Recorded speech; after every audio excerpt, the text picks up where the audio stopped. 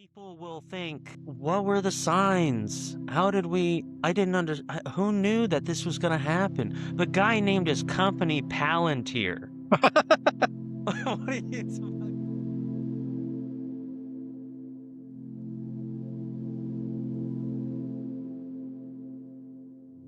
Welcome to the podcast. Today we are covering wealth inequality. My name is Ryan, and with me as always is my co-host Josh. This is another more serious episode. Serious problem.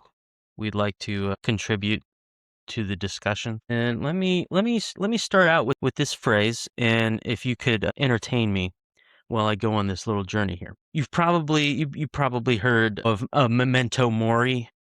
Remember, you're gonna die. It's of ancient Roman tradition. Yeah, remember that you must die is the translation. I think it's of a slave whispering this phrase to like some kind of general, especially after a victory in a parade or something.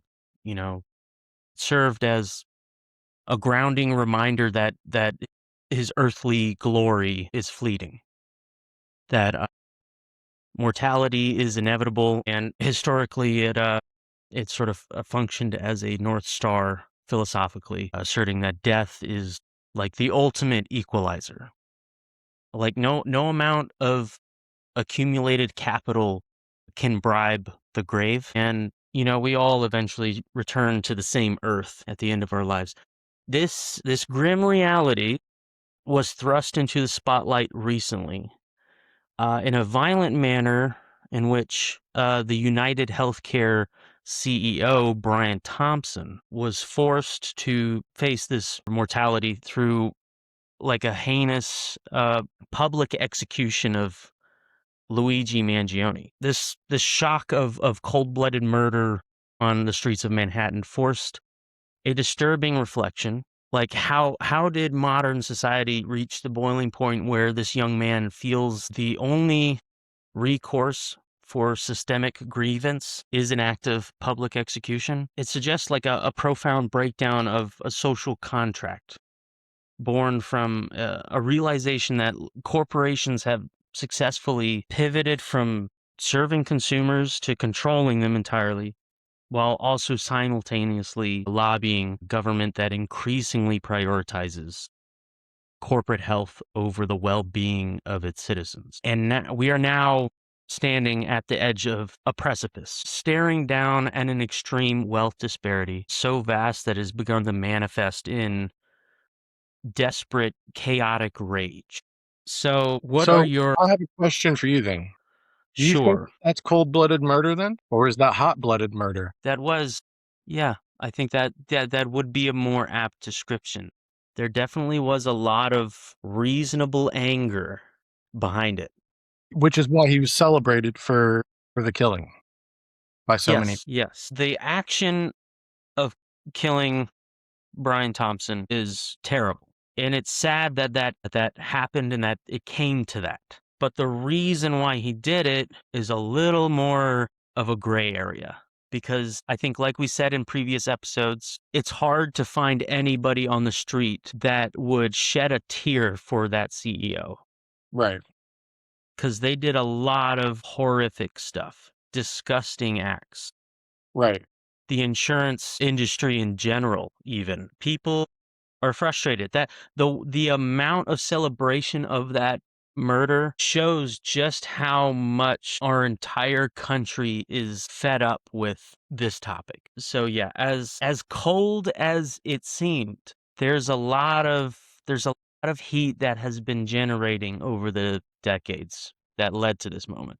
What are your thoughts going into this, or any thoughts that come to mind from anything I just said? Well, the first thing that I thought of, but probably the last thing we should cover, is like Sure. what happens, and it's because this is where we're going in the future, is like what happens when you don't have to die?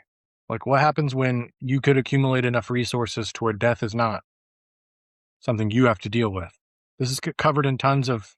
I probably have 3 sci-fi books or 4 sci-fi books behind me that cover this, where it's like the movie Just in Time covers this, where it's like, what happens when The amount Yeah, of yeah, time you have on the planet is dictated by your capacity to accumulate wealth or to accumulate other resources or access to power.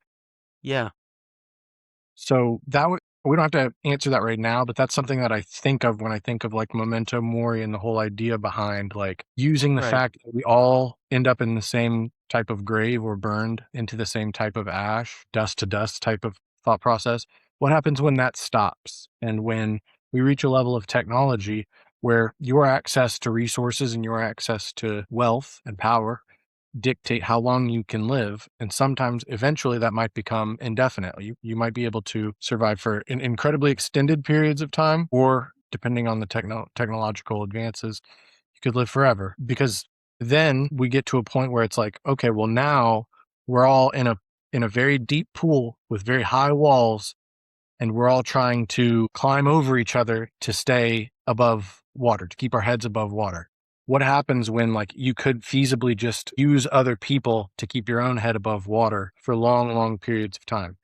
Uh, that's actually already where we live, unfortunately, which is one of the healthcare things where it's like, if you look at health outcomes, I mean, this goes for the legal system as well. Like, if you look at outcomes based on access to resources, you could see a stark contrast in the outcomes of impoverished people versus the outcomes of very wealthy people. And that alone, just the fact that that gap exists, indicates that as we increase in technology and as we increase in wealth inequality, we're going to reach a point where eventually the wealthy people can live, you know, not just have a 10 years longer life expectancy, but a 50-year longer life expectancy or a 200-year longer life expectancy. What happens to the idea of memento mori then? That's the first thing I think of. The second thing that I think of is like sort of identifying with basically everything Mangione said. I have been like lucky in my life to where like I've had serious injuries, similar injuries to the ones he had, where you have like back problems and stuff. I broke my back in a car accident, and I've broken my pelvis and my femur in my hip and sacrum. I fractured my sacrum as well. And so I know the type of pain that he's talking about for a young man to deal with, and to not. And I had access to healthcare through the military and through the VA once I got out. Not that it's the best healthcare, but I at least could get Yeah, yeah, I at least have access to, I could see a doctor. yes, yeah, without breaking the bank too. Exactly, exactly. When it's not like Imagine you have all those issues that you have at the VA, but you also it will, like, cost your entire house, you know? exactly, yeah, like you and also like time lost at work and stuff. Like imagine being paycheck to paycheck and losing, 2 or 3 days a month to like a medical condition or to a medical appointments or whatever. Yeah, It's not tenable for many, many people. So they just live in pain. Tons and tons of people, even young people, live and go through their lives just in pain because of the system that we live in. And so like the wealth inequality is the focal point, and it's kind of it might be the sort of gravitational center that a lot of this other inequality circles around or orbits, but it's not the only type of inequality that matters. It's just what we're covering now. And so I'm thinking of things in the wealth inequality in terms of like how bad is it now? We recognize that it's like terrible. Most people recognize that it's very, very bad. I just watched one of those like Walter Masterson street interviews where he was like, "Do you believe in wealth yeah, inequality? You think we have a wealth inequality problem in this country?" He's like, "No." And the guy that he's interviewing is like, "No, no, no. You work hard and you make money, or you don't work hard and you don't make money." And then the mhm, interviewer says, like, "Well, what about, public school teachers, for example?" And he's like, "What about them?" And he's like, "Well, they make a notoriously low amount of money." He's like, "Well, that's their problem." That's the crux of the issue, is that you have people who are the obvious overt victims of this system and of the inequality that the system provides, endorsing, and not just endorsing it, but like shilling for it, like acting as if they're the beneficiaries of this system when they're just another victim. That's what I guess I think of the most about that. The healthcare thing is a great example because like a cancer diagnosis will kill you if you don't have the money. Like a cancer diagnosis can ruin your life financially. That shouldn't be a thing. It shouldn't even be a thing that we recognize as a possibility. But it's not just a possibility, it's a likelihood for many, many yeah. people. Like medical expenses can completely ruin your life. It's the same reason why John Green wrote his book about tuberculosis is Yeah. We just have all the resources and money to completely cure anybody with TB around the world. And there it is. This is the Yes. book he's referencing. I don't want to brag. Yeah. I don't like bragging. My copy is signed, though. Nice.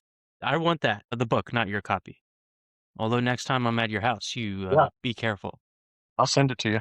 It's good. I mean, but like, and it is true. It's like we have. This is why this episode is like kind of like a sad one, is because like we have this system where we have the access and the capacity to do so many unbelievably great things, and what we choose. It's not like we're in this like we're not in that pool with high walls. We're in like the shallow end on a beautiful sunny day, and people are still holding other people under the water so that they can have their Yeah. head in the water. And it's like that's the problem for me, is that it's not like we're living in this like resource scarce environment where there's not enough to provide. It's that we're living in a resource heavy environment where people are hoarding the resources so that they can benefit more from the accumulation and from the lack of accumulation for other people. People like what was that criminal's name that Mangione killed? Brian Thompson. How many people died because of Brian Thompson's decisions in a boardroom? A lot of people. And so is Mangione wrong for killing someone? Yes, you shouldn't kill people. I'm a no other option pacifist. Like that's what I consider myself. I'm like I will not do any. I don't endorse, condone, or participate in violence unless it is literally your only option. So yeah, what Mangione did was wrong, but what Brian Thompson had been doing and had been participating in was infinitely more wrong and infinitely more impactful on people in a negative way. Brian Thompson wasn't just getting poor people killed through their lack of coverage for certain conditions and lack of coverage for certain medical interventions and things like that. He was not just doing that. If that was all he was doing, he would be in one of the layers of hell for eternity anyway. But what makes it particularly heinous is that he's enriching investors. He's enriching himself as CEO, but like boardrooms, investors, people that don't have to worry about medical insurance in order to get medical treatment. All of these people benefit from what they're doing. So it's not just holding people down and waiting for them to die while you deny their health coverage. It's also enriching yourself while you do it. It's like an aggravating circumstance in a crime. Yeah. You have like you ran someone over. Okay, that's manslaughter. Maybe they crossed the street and they weren't in a crosswalk. Okay, but you were speeding, you were drunk. Like these are aggravating circumstances. Oh, you denied people their health. Oh, but you also got fucking filthy rich doing it. You work in one of the most profitable industries on planet Earth doing it. While you're doing Yeah. that, it aggravates the circumstances in a serious way. For people who, for possibly the few who don't quite fully understand or have the full perspective of why, companies like United Health should be held accountable, or why so many people are upset. First of all, these people, the way these companies run is you pay a nice chunk of change so that when you get in an accident, they will pay for your hospital bill, at least a large amount of it, so that you can still afford to live the rest of your life without going into bankruptcy. And they lose money when they do have to pay for that. So they basically make more money by denying coverage. And United Health, I don't know how if this has changed since, but I wouldn't be surprised if it hasn't. They have over like a 33% denial rate. 5.2 million people annually. There's people dying left and right because of that. That's evil. That is so evil. And we're not talking about companies that make a few $100,000 a quarter or make $1 million or $2 million a quarter. Mhm. We're talking about some of the most profitable companies on planet Earth. And we're not talking about companies that make their money and then mind their fucking business either. We're talking about companies that make unbelievable amounts of money, and then they use that money to either further enrich themselves through things like stock buybacks or whatever, but also they use that money for access to power. through endorsing candidates and funding campaigns, funding lobbyists to push for certain legislation. We're Yes. not, and this is where the wealth inequality thing kind of comes into what we talk about. We generally like to hit things from the political angle to a certain extent and from like the social angle from a certain extent. And that is where it really is the problem beyond killing people, problem beyond making shitloads of money killing people, the problem beyond making shitloads of money while you're killing people, while you're also denying necessary health coverage. So you're basically letting these people die from medical conditions. Yeah. Which is Is that you indistinguishable from killing them, Yeah, honestly. yeah, yeah. As far as I'm concerned, that's the same thing. When you have the resources to save a life and you're choosing not to save their life, I mean, that's practically just killing them. And that's what we'll go over throughout this entire episode as well with the wealth Yes. inequality writ large. But the fact that they use the money they make from killing people to endorse candidates, fund campaigns, and endorse and fund legislation getting pushed through, Yeah. it's that taking all of this inequality and then using your accumulation in the system to access the levers of power. That is where like we start talking about like the really truly truly dark side of wealth inequality is how the access to power is given to people with the wealth. So let's talk about the long arc of wealth inequality. Kind of give a perspective of this sort of timeline a little bit. This kind of goes into a little bit of one of the book recommendations we'll get at the end, but it is very pertinent to kind of how we start the history of the matter. If you look at a graph of human history, wealth inequality isn't just like a straight line. It's a series of violent mountain ranges. We like to think that like progress naturally leads to fairness, but history tells an obvious, much darker story. To understand why we're currently living through this, what some would call a second gilded age, we have to look at the only thing that has ever actually broken the grip of the ultra wealthy is sort of the four levelers: mass mobilization warfare, transformative revolution, a complete state failure, or a catastrophic plague. Those four things have been the only things in throughout history that have kind of leveled the playing field between the ultra wealthy and the poor. Think of World War II, where resources of our nation are diverted and the rich are taxed at an all-time high to keep the tanks rolling. Um, with like revolution, think 1917 Russia, the total destruction of an existing social order, complete full reset. State failure, when the government collapses entirely, everyone becomes poor. Not exactly a win, but it is an equalizer. Plagues, the Black Death in the 14th century wiped out most of the labor force that the surviving peasants like could finally demand higher wages. The supply of labor dropped, and for the first time, the poor had leverage over the lords. So, if we're talking American history, the Gilded Age, Wait a minute. If we were living through a second gilded age now, yeah, wouldn't like wouldn't they be decorating government buildings with gold and shit? and putting their Wouldn't names on things and Wouldn't yeah, wouldn't they putting their be like names and gold faces. flaking a bunch of bullshit and putting it all Yeah. over the Oval Office? Wouldn't the person in charge be like notoriously tacky with their love of gold? Come on, man, get So real. Okay, so the robber barons, the Rockefeller, Carnegie, Vanderbilt, they owned the rails, the oil, and essentially the politicians. Compare to what economists call the Great Compression. In the banks. Yes, and the banks, for sure. Following the Great Depression in World War II, we saw this like radical shift. The top marginal tax rate was consistently above 70%, and 91% under Eisenhower.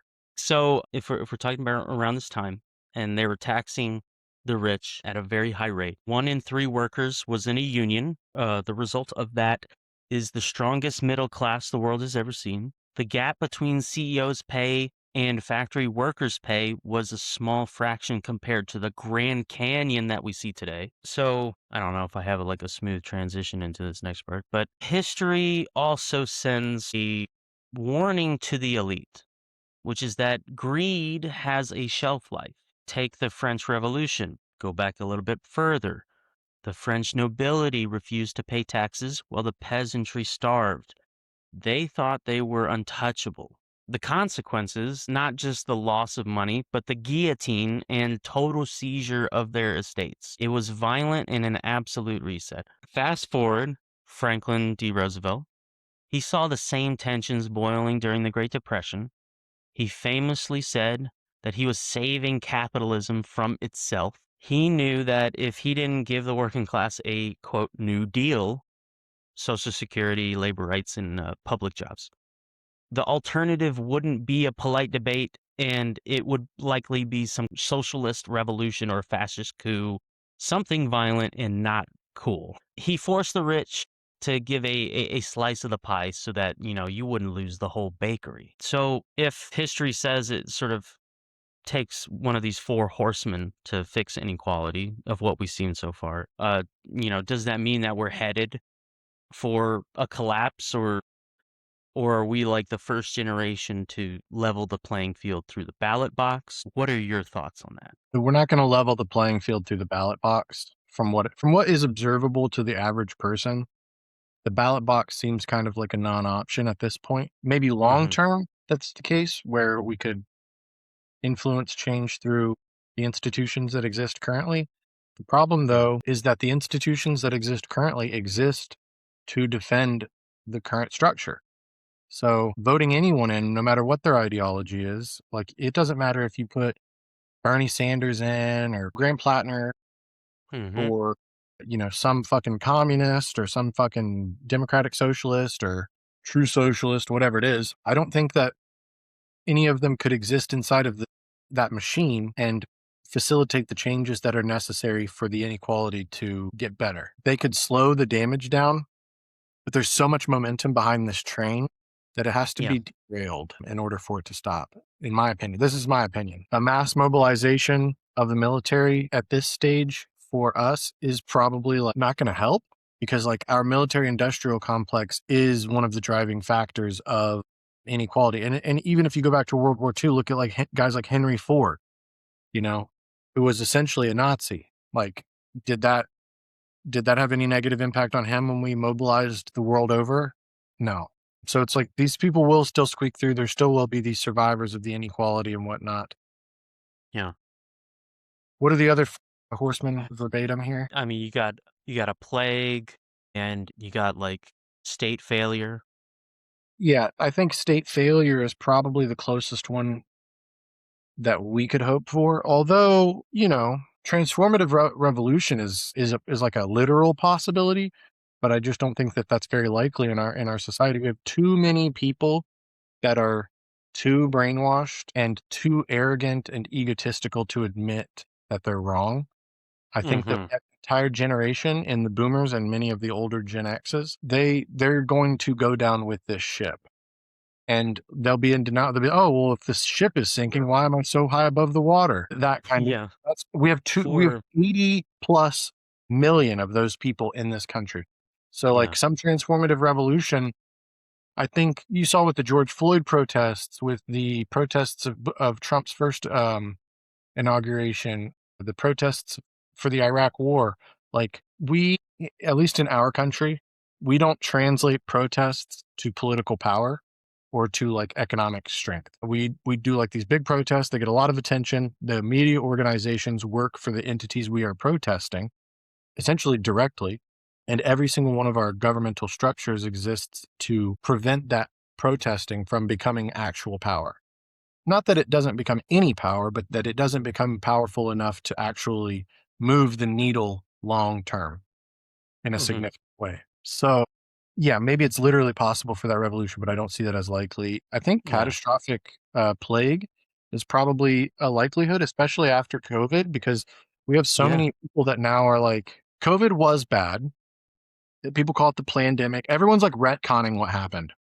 Yeah. Yeah. Yeah. Yeah, everyone's like, everyone is like pretending like what happened is different than it actually was. Millions of people died that didn't have to die because the people in charge are irresponsible and saw themselves as insulated from reality. The Joe Rogans of the world, saw themselves as above things like shutdowns and things like staying in your house because they don't see themselves as members of normal, polite society. They see themselves as above it. And so being told that they had to participate in society as a normal individual frustrates them. And historically, there has been a lot of close calls that could have done just as much damage, if not more, that we don't really hear about in the past. This is the first one that it did reach such a widespread worldwide epidemic that it did shake the whole world. It scared everybody that this actually could happen in modern day. Right.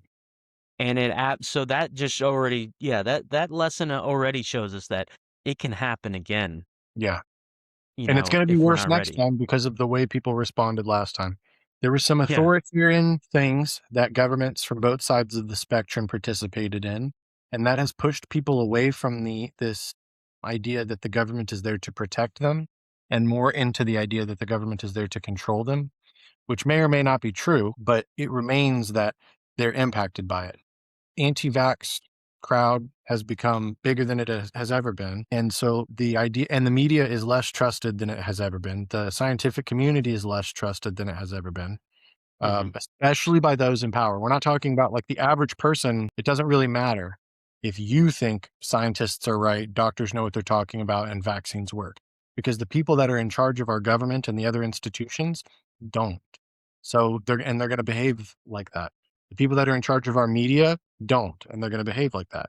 So the next time that a pandemic happens, I mean, imagine, and people have made this point before. This isn't like a novel idea, but imagine that the next one impacts like specifically kids. Like I think the measles and like the flu and stuff like that sometimes are different for like depending on your age range or your health level. Sometimes some illnesses impact healthy people worse than they impact others, people that are like older or young. And so depending on the characteristics of the next virus that does have the sort of power to spread and likelihood of serious illness or death that COVID had, if it's worse in some ways, our response will be more lax. We won't take it as seriously as a society, and it could have worse Mhm. impacts then. So that one could happen for sure. When you're talking about like boomers, for any sports fans out there, particularly football enthusiasts, it feels like this country is being run like the Cowboys in that we'll never see a Super Bowl until Jerry Jones dies. For any Cowboys fans out there, probably Right. get that. Do you think the world would kind of get a whole lot better once they're all gone? Yeah, yeah, yeah. I think I'm the boomers are. I say this a lot. The boomers are gonna go down in history, American and otherwise, as the most sociopathic, violent, apathetic, and dangerous and destructive generation of human beings that has ever existed. No generation of human beings will ever or has ever been responsible for more needless and preventable death than the boomers. The inequality is part of it. The clinging to power is part of it, but like they have every step of the way, they've been in charge since they were 35. Since the boomers reached their mid 30s, they have been the most powerful demographic in this country moving forward, and they haven't let go of that power at all. What is the biggest joke we make about Congress all the time? As a society, it's not you and I making this joke. It's everyone agreeing on this that like it's the biggest retirement community in the world. It's Yeah. the most populous old folks home that exists. Every time some old lady runs over a child in a crosswalk, all the comments on Instagram on the body cam footage or whatever, where the cop's like, "Yeah, you thought you ran over a trash can. That was actually a 5-year old." And the old lady's like, "Oh, I can't believe that." Every single one of the comments on those videos is, "Wow, somebody get this lady a seat in Congress." Yeah. Like, Yeah. and that's who we're dealing with. These are the same people. These people benefited from World War II and the post World War II rebuilding of the global economy. These people sent their children to Vietnam. They didn't go. These people, and they lost a war that we shouldn't have been fighting in the first place. They all throughout the 50s and 60s basically fought tooth and nail against the integration of people that were different from them into their society. People that had just fought in World War II, Black people, indigenous people, people of different backgrounds, all fought in World War II, came back to a world where these exact boomers fought to keep them from having equal rights in this country. Yeah. And that shows, to the extent that the institutions in charge killed the people fighting for that equality. Martin Luther King, Malcolm X, 200 other civil rights activists were killed not just by boomers, but by the institutions that represented boomers, the institutions that prioritized the wants and needs of the boomers. They went through the 70s, uh, uh, the into the 80s, where we had this Wall Street boom, and these guys are all hopped up on coke, living their lives, the Wolf of Wall Street sort of era of things. They benefited from all of that. They benefited from one of the hottest economies ever in the history of the world. And what did they do with it? They oppressed people globally.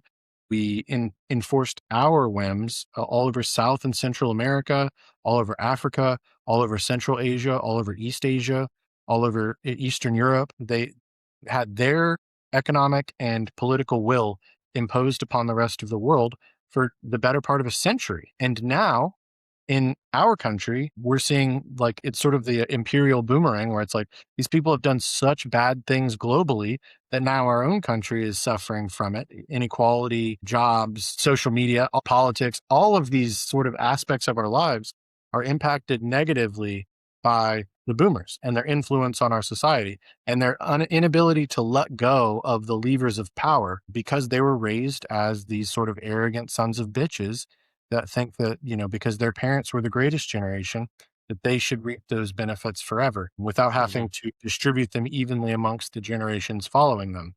And they'll go down in history for that. The Yeah. boomers are genuinely the worst generation of human beings that has ever existed. And like you said, they're gonna go down swinging. And none of these issues are gonna go away with them. We're still gonna have these problems, but and I mean, yeah, the repercussions of everything they did will ripple throughout our country for decades. Maybe even like 100 years. We will Yeah. have, Oh, yeah, yeah, yeah, yeah, yeah. We're not. I don't. yeah, I look at the future of our country and I see Eastern Europe in the late 90s. yeah, The, it's the world bad. The world is gonna turn their back on us, obviously. Everyone is gonna pull the rug out from under our feet when they get the chance, and I don't blame them, Yeah. Um, especially now. I wanna cut this part and then add it to the back. I just wanna say I'm not a Cowboys fan. That's just a reference for football people. I'm Yeah, actually a Ryan's a Titans Titans fan. fan, so I'm a Titans fan, so he's in a yeah. tough position himself. Yeah, it's rough. It's rough over here, but, it's a the Cowboys are a better, description. Honestly, at this point, people who are Titans fans, you could say just about the same thing because our owner, Amy Strunk, is kinda doing the same shit. She's turning into Jerry Jones, and now our franchise sucks because of her, and we think that we're never gonna be good until somebody else buys the Titans or she dies. So, it's just awful. Anyway, cut that, and I'll add that to the back. Um, so let's talk about before we move into more current events. Let's talk about the arc of how the sort of these billionaires and particularly sort of the Republican Party sort of transformed this culture from the working class and its fan base to slowly dipping its toes in the idea that the wealthy are kind of good for the economy, all the way to they are die hard for every billionaire and that the billionaires will save them and that they're the best thing for this country, like crazy zealot level bullshit.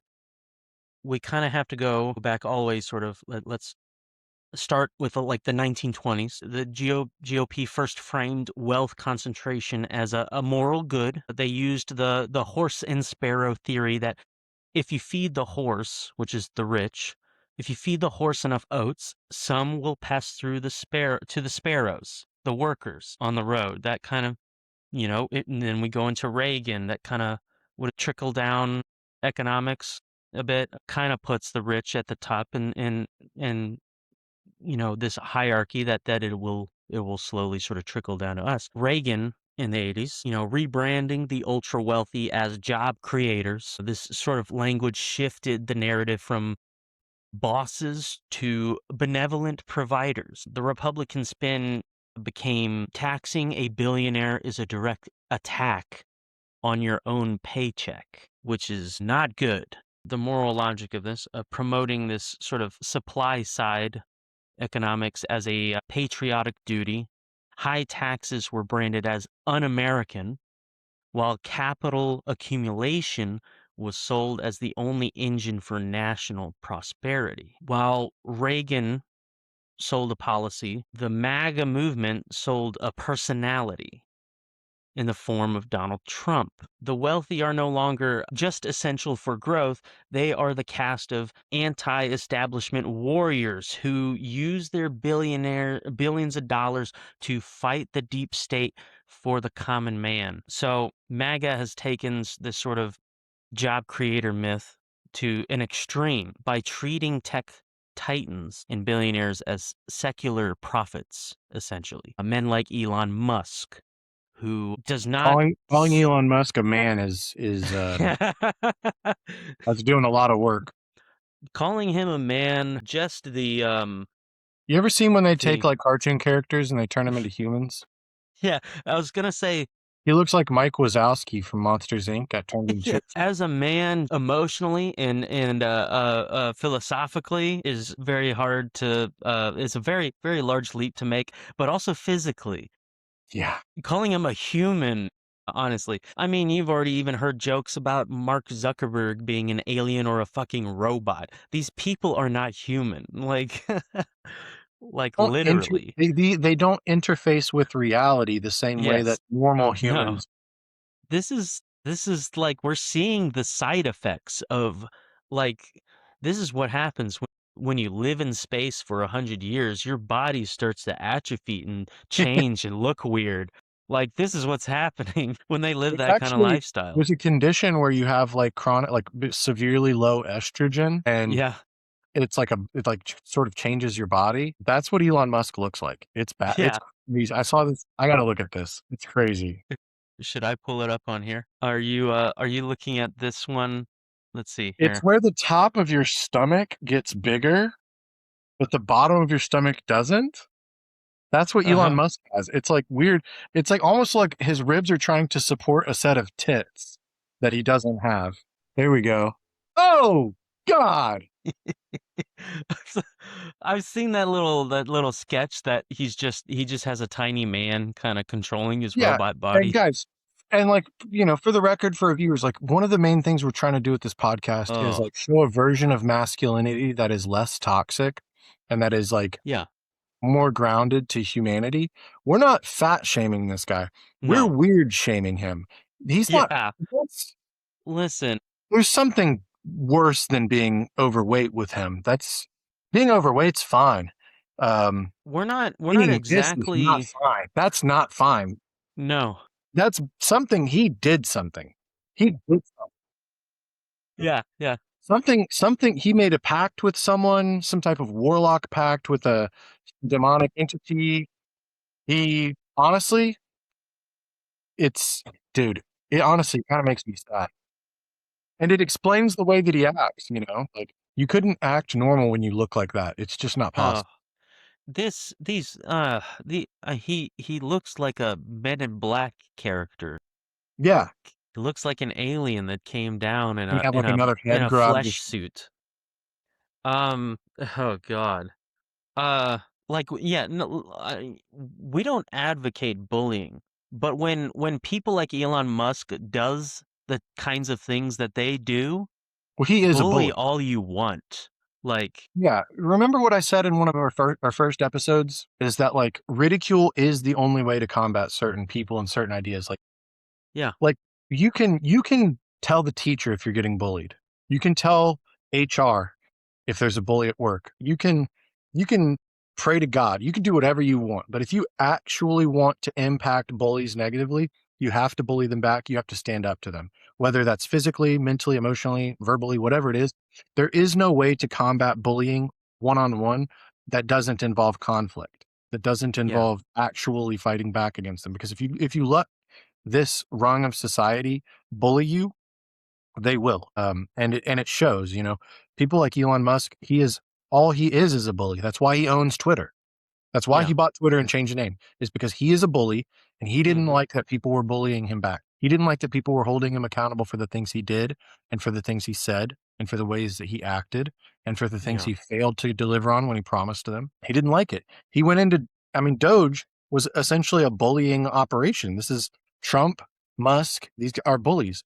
Zuckerberg, this is a bully. Obviously, these guys got bullied when they were kids, Yeah.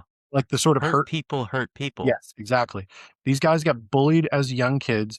They came into power, and because they were so still insecure from that fear bullying that they got oftentimes from their own family, from close people around them, business partners, they get into positions of power and they get a little bit high on their own supply and they start bullying others.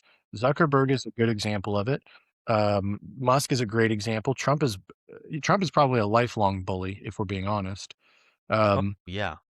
but like that's who we're dealing with. And so, if you're a little bit squeamish about calling Elon Musk a square bodied fuckboy, then I don't know what to tell you because that's what he is. Like he is a truly indecent, a truly selfish and maniacal, probably sociopathic individual that deserves to be taken down a rung every time you get the Yeah. opportunity. And no one Not should even take it seriously. not even a smart individual.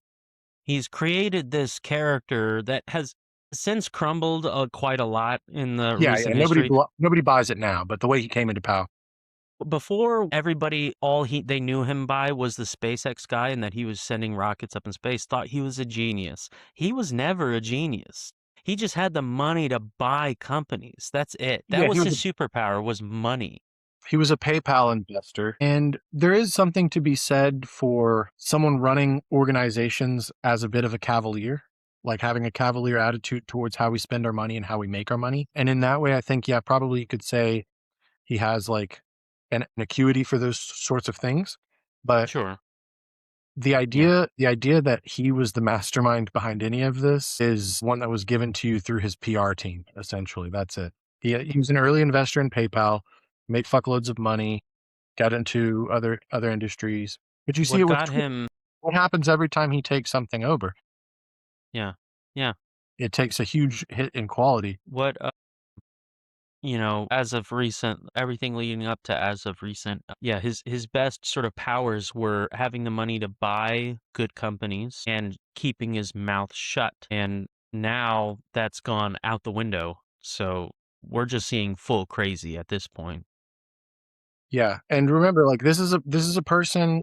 It's important to mention also. Like I'm sure many people know this, but some of our viewers won't. Elon Musk has government contracts. I think Tesla probably has some. Yeah. SpaceX has tons. The idea that Yeah. The he would be, Starlink and everything. yeah, the Yeah. idea that he would be who you put in charge of Doge, the Department of Government Efficiency, as he's benefiting from contracts and as he's making tens of millions, hundreds of millions of dollars through government contracts, and while he's under investigation by the government, the idea that he's the person that would get put in charge, it's just another thing a bully would do.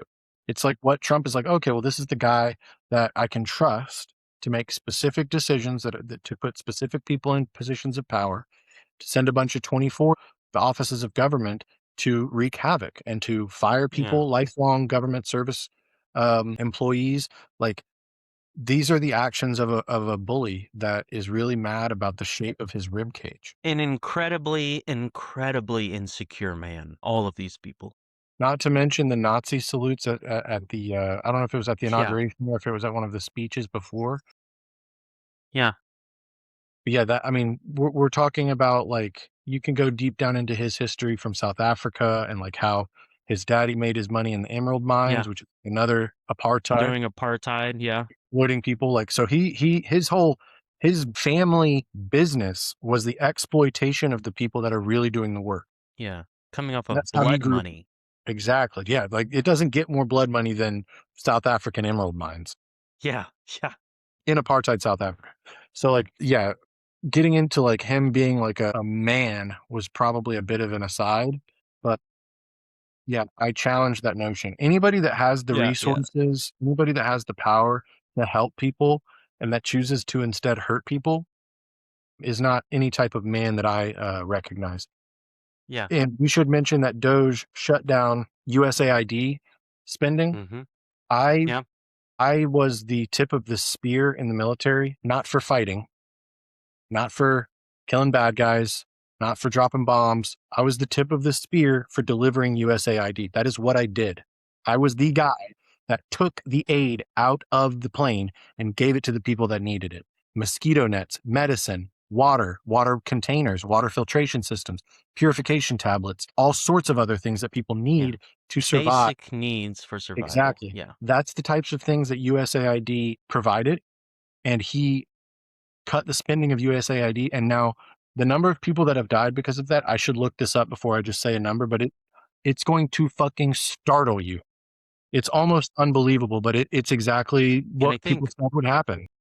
all of the resources that would have gone to people who need them went expired because of this. We're talking about hundreds of millions of dollars of product, whether it's blood or vaccines, everything just wasted completely on top of all these people who died. And a lot of people probably won't believe that.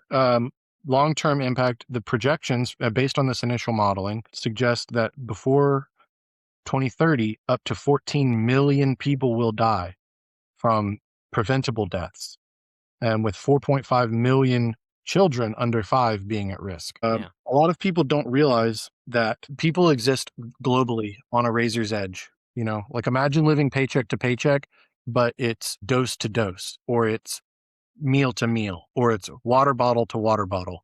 I have been to countries where that is not just how some people live, that's how a lot of people live.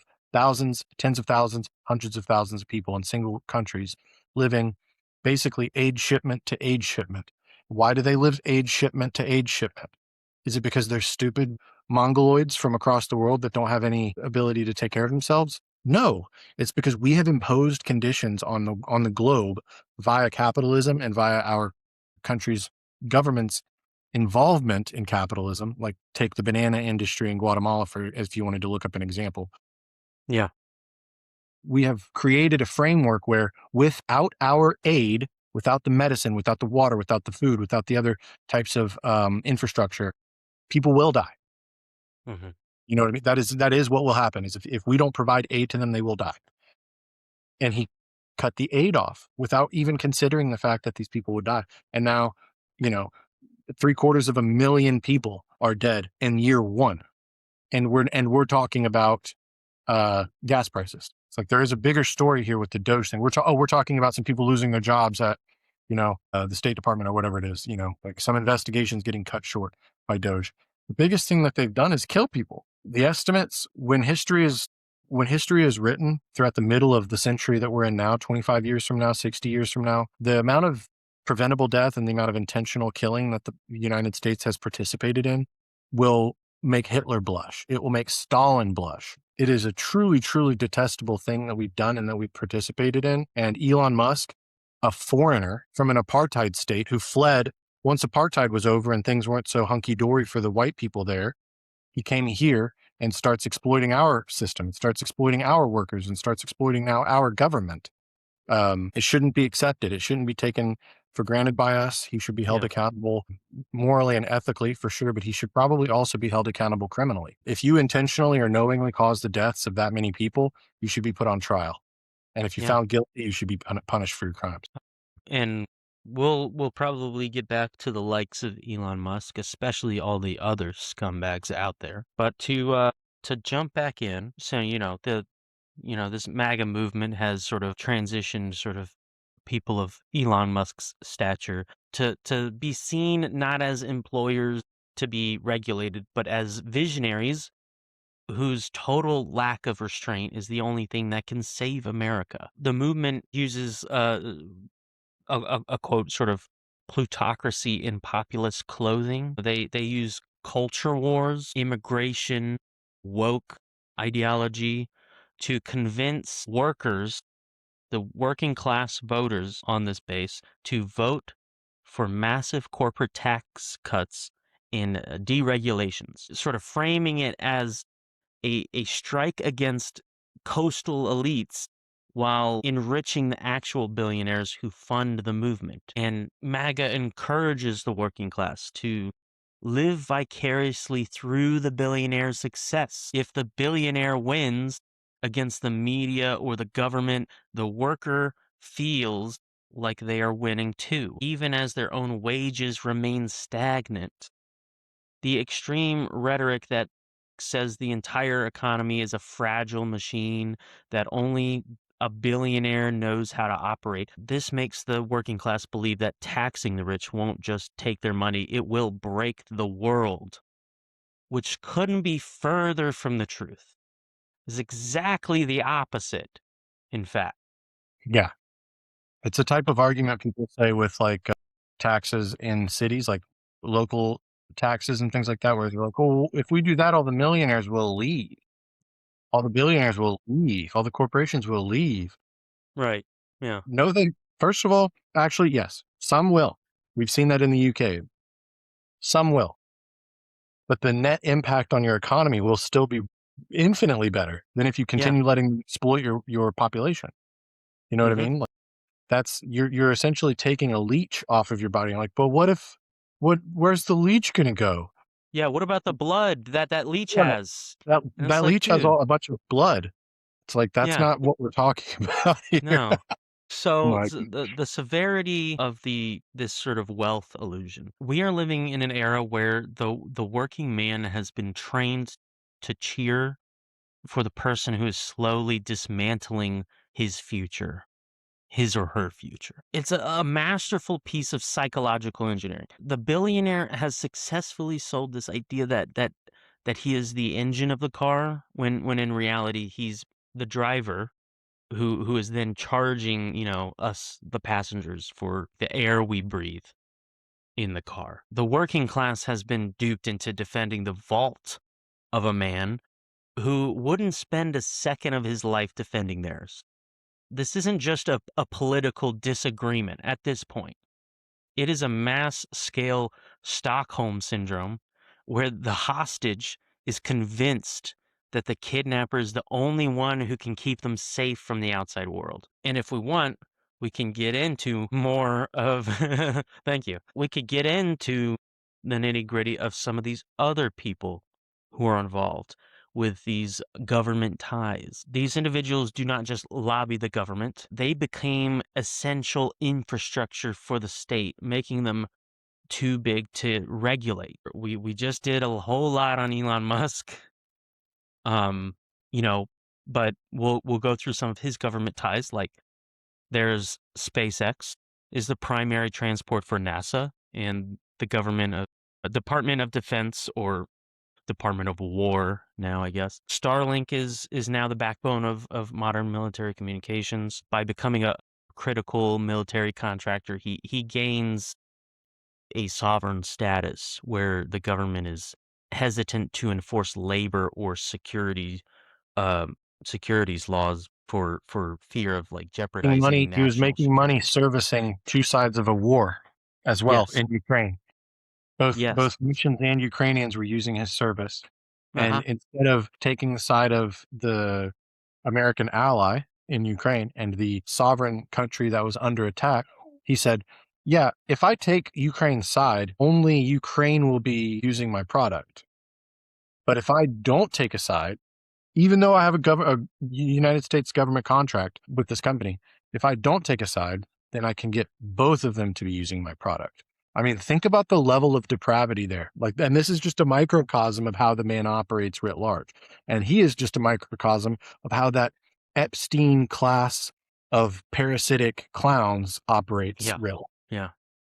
It's disgusting. And we're not even done with Elon, honestly. We'll move on to the rest immediately, but there's some more horrific stats I'll give towards the end there. Uh, Jeff Bezos, who's at this point pretty much just a pretty much just a walking James Bond villain. when we want to talk about just like, looks or really his personality and stuff, just watch videos of the way he laughs. It's creepy. He's a creepy, creepy billionaire. And honestly, like everybody else kind of we're talking about, it's really hard for them to pretend like they're not crazy, evil people.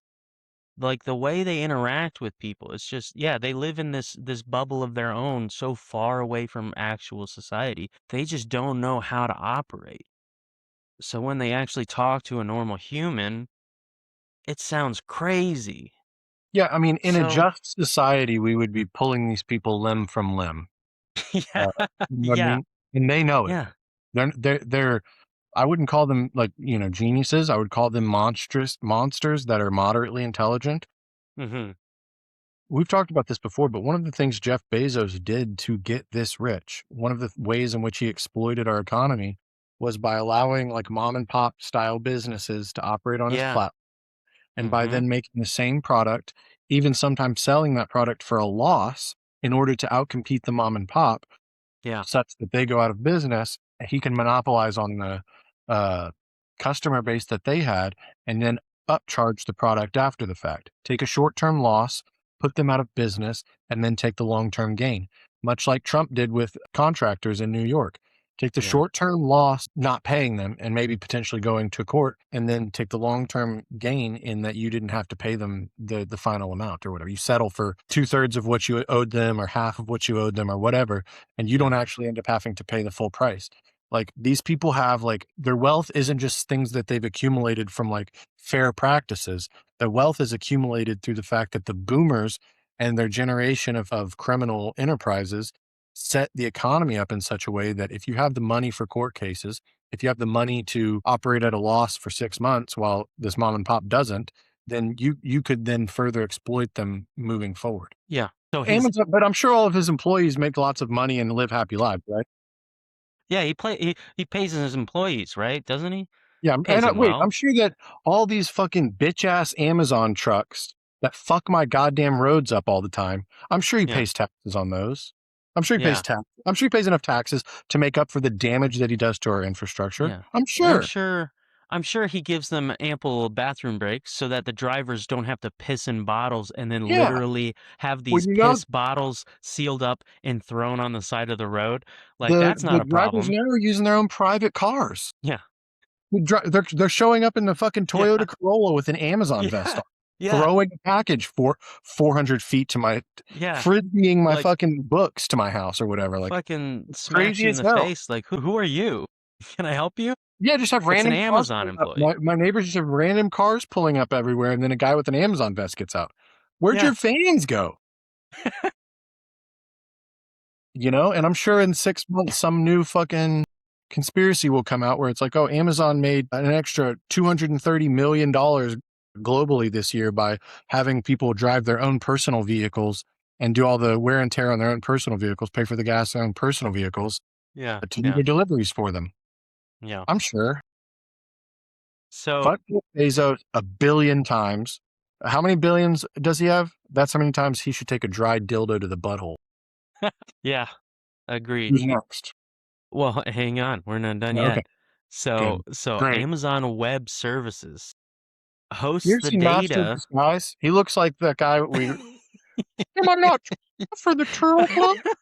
It's Turtle, fucking turtle." Dana Carvey, Dana Carvey. in a turtle suit. His wife, no offense to this woman, um, she look she looks like Frankenstein's monster. No, It's crazy. really? It looks like someone took an extra set of lips and stitched them on top of her Oh, lips. boy. These people all have, like, this face. Yeah, yeah. It's one of Oh, those. It's like all the Republicans have Republican face. You see MAGA face? yeah, yeah, all the wives, the Republican wives. Dude, they all have the same fucking facelift, all the same, like, the shiny ass, like, no wrinkle forehead. You're 60, bro. You're Yeah. 60. Have a couple wrinkles in your forehead. Even if you get surgery, be like, "Hey, let's just dial the surgery back 2 notches. Make me look a little bit younger instead of making me look like a creature from the abyss." Yeah. Fucking creature from the Black Lagoon. It We literally got looks like creature from the Black Lagoon, we got Frankenstein, they got you know. stung by bees all over the it looks like they got stung by bees on their lips. Yeah, Do you see when like people when that, girls little girls were doing that Kylie Jenner thing where uh they would be, like, yeah, suction on yeah, their lips, and then some girls were, like, busting all the blood vessels from doing it too much, and they would have, like, yeah. fucking big ass swollen shit? And they That's look what like the original monster from Twilight Zone's 20,000, Nightmare at 20,000 Feet. Not the '80s movie, but the original episode of the monster, the way he appears in the window. Yeah, Mhm. that's Fish lip. Man, those okay. Mario fish, like a fish from Mario. Yes, yeah, like fucking Magikarp or something. Body Um, shaming people is not cool, guys, unless they but if they chose that body, yeah, yeah, this is choices they made. They're like, "I wanna look like yeah. this." It's a rule of thumb. If you really have to make fun of somebody, try not to go after something that they cannot change about themselves. Unless you All of really these wanna hurt people have changed themselves to look this way. Yeah. Now, if you really wanna hurt someone, you have to go for something they can't change. Yeah. I mean, honestly, yeah, that rule kind of doesn't even apply to these people we're talking about. That's how awful these people are. They Yeah. deserve it, honestly. So anyway, Amazon Web Services hosts the data for the CIA, the Pentagon, and countless other federal agencies. This cloud monopoly gives Bezos unparalleled insight into government operations and ensures a steady stream of multi-billion-dollar taxpayer contracts that are rarely competed against. These are called no Like, bid contracts. yes, Peter Thiel from Palantir. And we've talked about this before. When you name a company after a dark, evil, magical artifact from a franchise that represents the bad guys, Spying like on the good guys? spying on the good guy, like that's what the Palantir is in Lord of the Rings. Other people have talked about this. I'm sure what's his name on Instagram has screamed about this. I know who you're talking Other about, the people have redheaded talked guy? about it. Yeah, Pearl Mania. Yeah, yeah, yeah, yeah, yeah, This yeah. is not a new thing, but everybody else seriously needs to understand. This guy named his company Palantir. That alone is like, and this was a long time ago when he started this company. That is such a red flag right off the bat. And there's another layer to that red flag too. There is the layer like what we're talking about where it's like, "Oh, that thing in the book is evil and does evil shit." Right. But the real layer here is that people like Peter Thiel either A, don't recognize that it's evil, meaning that they read or watched Lord of the Rings and got the wrong message from it, or they do understand it and they're intentionally doing something I nefarious. honestly, I am more inclined to believe the latter than the former at this point. Interesting. People will think, "What were the signs? How did we I didn't under who knew that this was gonna happen?" The guy named his company Palantir. What are you fucking You know, talking about? he's like isn't he like one of the main funders for like JD Vance too? Like, didn't Yeah, he like help launch his they're all buddies. political career? Yeah, it's bad. So Palantir provides the AI and data mining software used for everything from border enforcement to counterterrorism. Like he uses this surveillance state he's created, this partnership to bake his software into the very foundation of the government, creating a permanent dependency on his private technology. Like just about everybody else we're talking about. Everybody's kind of doing the same thing. They're weaving in their companies so that they're essential and they won't be competed against and that they are just all making money all together all at once. The Koch network, Charles Koch, a decades long project of funding the Judicial Crisis Network to seat federal judges by engineering a judiciary that is ideologically opposed to the administrative state. The network has successfully struck down environmental and labor regulations that once cost their industrial empires billions. Larry Fink from BlackRock. That's BlackRock, another double. That's another yeah, double.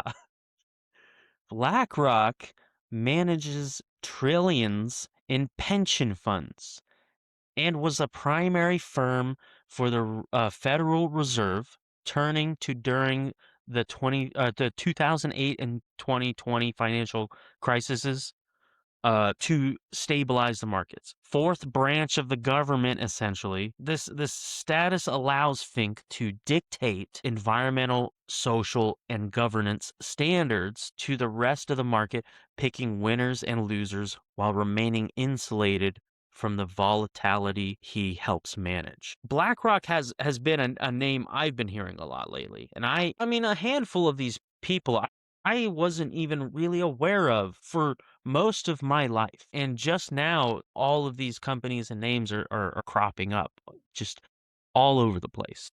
What are your thoughts and statements on BlackRock? My thoughts and statements on BlackRock. Well, I'm not suicidal. Yeah, yes. I have no Neither interest in hurting myself. I have a we happy are life. of sound Yeah. mind and body. I'm telling you to the camera and people listening at home, we are mentally stable. We know what we're doing, and we are fairly happy guys. So we enjoy our lives. I enjoy my life a lot.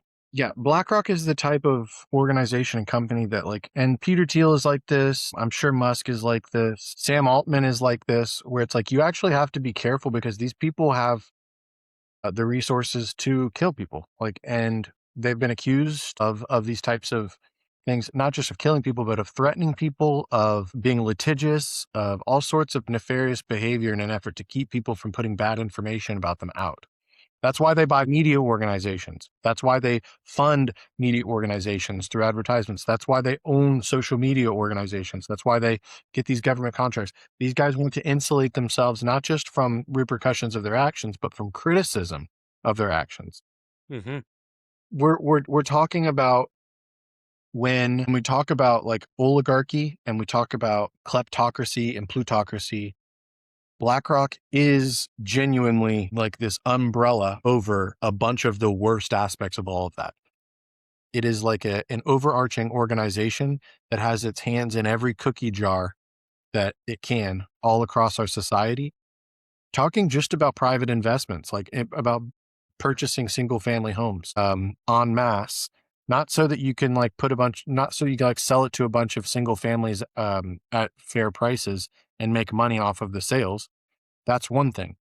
But in an effort to like exploit or create a shortage in the supply so that the demand goes through the roof and then you can sell it for exorbitant prices. That is what BlackRock is. And the fact that it's in with the government, I think we're talking about organizations that have connective tissue to three-letter agencies across the world in our country and otherwise, where they've, like you said, they've learned to intertwine themselves in the actions of governments such that they can't be competed with. Yeah. They all helped create a system. They can all get rich and get even richer. They created their own ecosystem of these extreme billionaires. Let's talk about uh some stats and some facts. This is the only stat I want to point out. Okay. Yeah. A lot of people know this, but a lot of people don't. Our brains are not um, very well equipped to put into perspective some of the numbers that we'll be talking about. Yes. This is what I was gonna say next. Okay, Yes. good, Yes. good. One of the main things that it gets glazed over is that the difference between a million and a billion sounds like a millionaire is rich and a billionaire is very rich. That's what our brains do. Our brains try to like proportion things and pattern recognize and like kind of put things into perspective. A million seconds is 11 days. A billion seconds is 31 years. Uh-huh. That's it. It's that like that. We're not talking about like rich people. I don't give a fuck about rich people. I want there to be tons of rich people. I want there. Sure. I don't even want to be a rich person. I just want to be a normal person, and I'm fine with there being rich people. You know, and especially if we created more of a meritocracy where the rich people were people who just were more motivated, had better ideas, worked harder, whatever it was. That'd be cool. But we don't have that. What we have is your capacity to become rich is based on your ability or your willingness to exploit the labor of others. Often, not always, but often, and more often as we move forward in time. The idea that you could accumulate $1 billion through hard work is an infinitely stupid thing to think. And the idea that you would then have that $1 billion and pay the same tax rate on it Mhm. as a millionaire is an even more infinitely stupid thing to think. Yeah. The idea and concept of billionaires is one that we should reject as a species. I mean, and we're talking about like the history of this is like that fucking valley thing you're talking about. Those valleys get really low as you go far back because, in caveman times, if you had 3 deer to eat and I had 0 deer to eat and I was hungry and we lived in the same group of people and there was another group of people 10 miles away that sometimes came and tried to take our shit and you didn't feed me, they would come and take your shit because it's there, it's out in the open. It's tangible stuff. Yeah. You have to accumulate tangible stuff such that you would hoard it from other people because they would just take it from you. They would Mhm. team up and take it from you. And this is why even like having the bankers back in like the 20s, 30s, and 40s, like we were talking about, the money was still actual money. It wasn't digitized. It was Yeah. you had to put your actual money into a bank and they held the money for you. That's why when banks were not solvent, it was such a problem. Yeah. During the So French Revolution, they when they cut their heads off, they pillaged all of their riches. They yeah, had they took their actual own things stuff to back. take. Yeah, they Yeah, took their everybody stuff got their back. shit back. They got what was owed to them. That concept is foreign now. I think a lot of billionaires consider themselves insulated from consequences because the money is digital and we can't just go take it from them. That's Yeah. not entirely true. We can take it from you, and I think we should. I think we should claw back through legislation and through legal means massive amounts of the money that has been pillaged from our economy by billionaires. I view them as a parasite class. I view them as indistinguishable from the Epsteins of the world with everything that's come out over the last 5 to 10 years. And the notion that $1 billion is an amount of money that someone needs or that someone deserves or has earned, I think needs to be rejected whole cloth. I think that anybody with a decent head on their shoulders needs to really think about the fact that we're not talking about somebody having 10, 20, $100 million. We're talking about people having 10, 20, $100 billion. And then our government doesn't have the money to compete with that amount of money. Our government can't fight back against that level of wealth.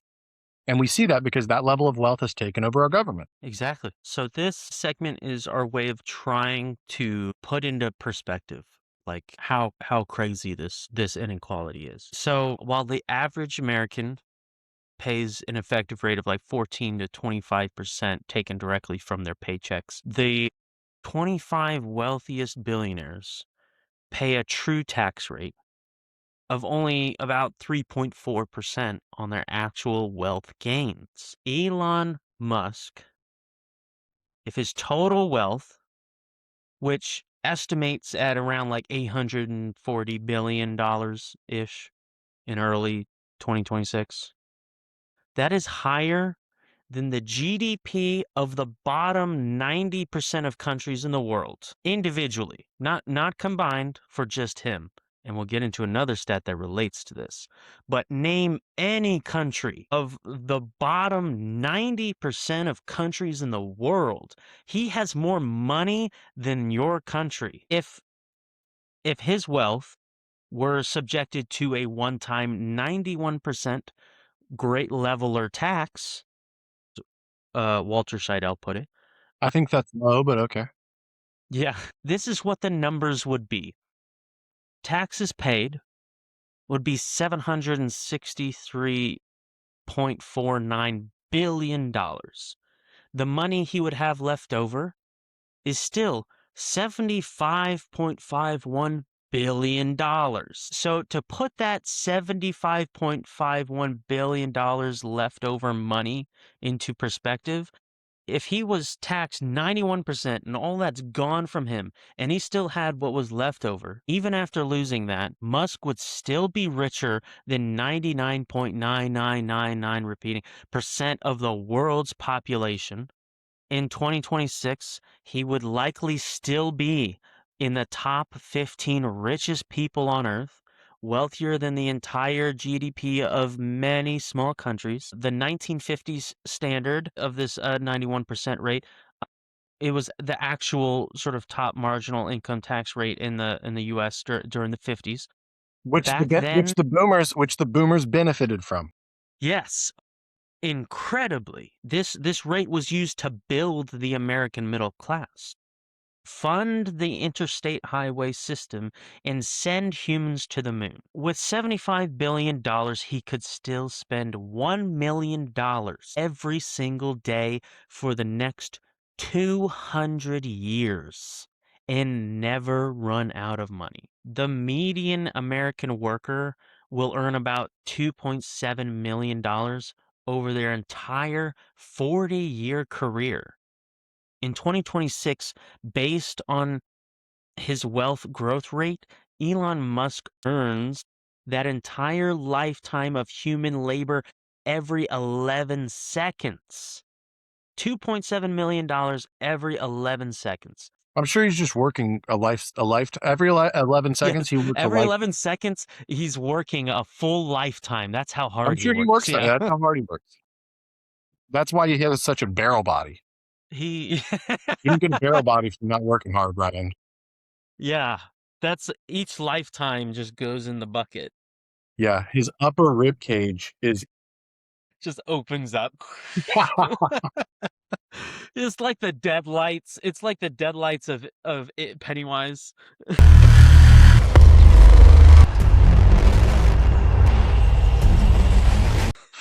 Oh my Oh god! my god.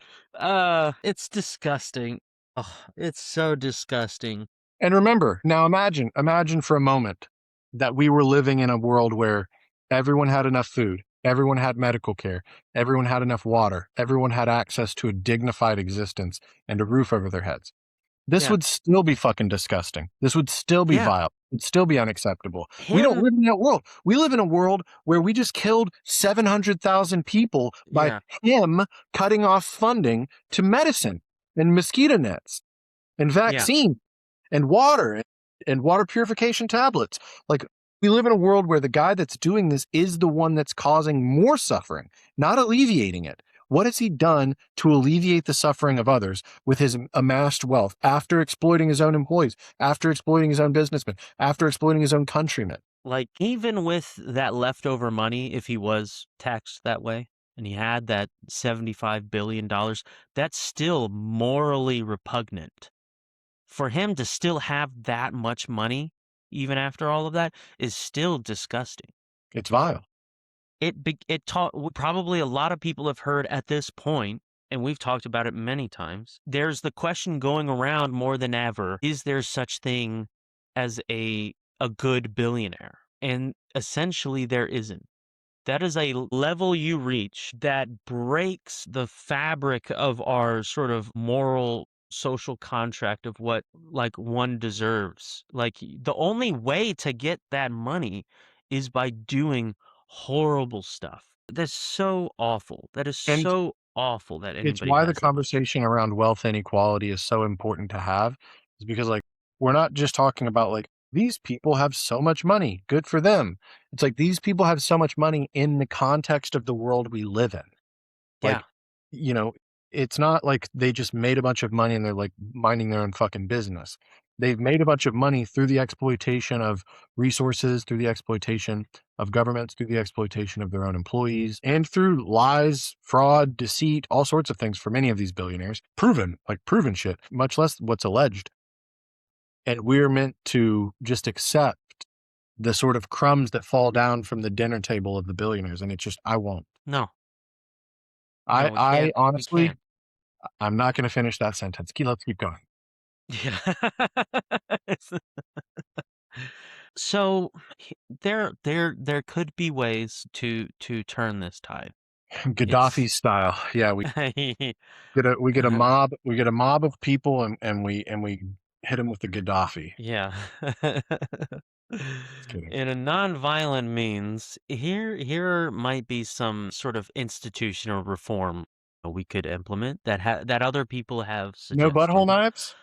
No butthole knives were not discussed among this list, Okay, we're not unfortunately. gonna. Okay, okay. So this is alternative options. If none of these work, maybe we bring out the butthole knives. That's like the modern guillotine. We've gone from just clean cutting their heads off to like a crowd of people stabbing you in the ass with knives. Yeah. There's a this 2% global wealth tax, implementing a worldwide tax floor to prevent billionaires from hiding assets in offshore havens, which is a massive issue. Ending buy, borrow, die, which is like taxing high value loans backed by stock as realized income to close the ultimate billionaire cheat code. Labor resurgence, strengthening unions as the most effective pre-distribution tool to move corporate profits into worker pockets before they ever reach the tax haven. Smaller scale stuff that we could do, financial sovereignty, divesting from like too big to fail banks in favor of maybe credit unions or community investment trusts, just to keep wealth local. Electoral sabotage. We can, pushing for ranked choice voting to break the billionaire duopoly and make it harder to buy a two-party race. Supporting right to repair laws and ESOPs, employee-owned businesses, to strip power from tech monopolies and return it to the individual. There are probably so many more things that other people have found that we can do. And it Individual takes, individual carbon taxes. yeah, yeah. And you fucking Taylor Swift, you thought you were Oh, avoiding it? yeah. And oh no, an army of Swifties is going to come for me. I don't give a fuck. No, Oh, 40 million 21-year-old women are going to be mad at me for calling Taylor Swift a horrible person. Uh-oh, what am I going to do next? It doesn't matter, man. She takes a jet for 2 minutes away. She takes a 2 minute long jet ride. She sends a private jet to pick her friends up. She travels the world in private with like a fleet of them. It's fucking heinous, and people like that should should be subject to taxes. Well, and we can measure parts per million of carbon in the atmosphere. We know parts per million in the atmosphere. We know what jets yeah, put out. We know how much impact on the environment you've had, and we should tax people as such because our environmental impact of these billionaires is something that is as impactful as the economic impacts because environmental impacts will become economic impacts. yeah. They've done, there's a book I have called The Uninhabitable Earth. This is an incredible book. Where's it at? A guy named David Wallace Wells. It's not up for fucking debate. Like, we're not debating this shit. You are impacting the world negatively. See that? Look at you. Look at you, Taylor Swift. You're killing bees. You're killing bees, Taylor. Save the bees. Yeah, I'm not going to insult her music because then the crowds would kill me. I will insult the and she's just one of a bunch. She's probably one of the worst offenders out of this, but like these people Yeah, are yeah, flying around burning fossil fuels place to place to place at rates that you and I combined would have to spend 300 or 400 years yeah. to do the negative impact on the environment that they do in a day or They that they do in a they week. the sort of environmental movement of trying to get every individual to slowly reduce their carbon footprint by small actions. That's not realistic, and when you look at the numbers, doesn't fucking matter It's because a total the fallacy.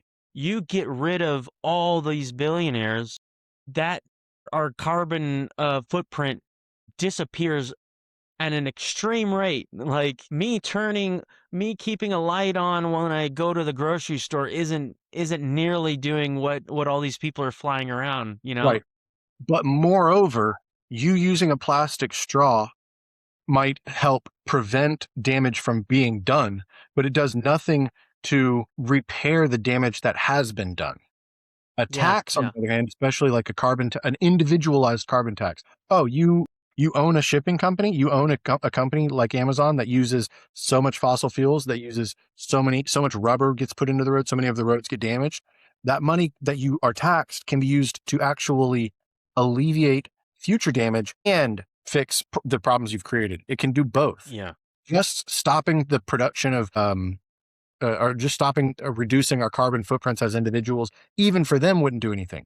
What we need is something that goes retroactive and actually fixes the problems we've created and moves forward into the future, creating fewer problems in the future. So it's like we have to be able to do both. We can't just stop doing this. We have to fix the problems we've created while we move into the future, creating fewer problems. I agree.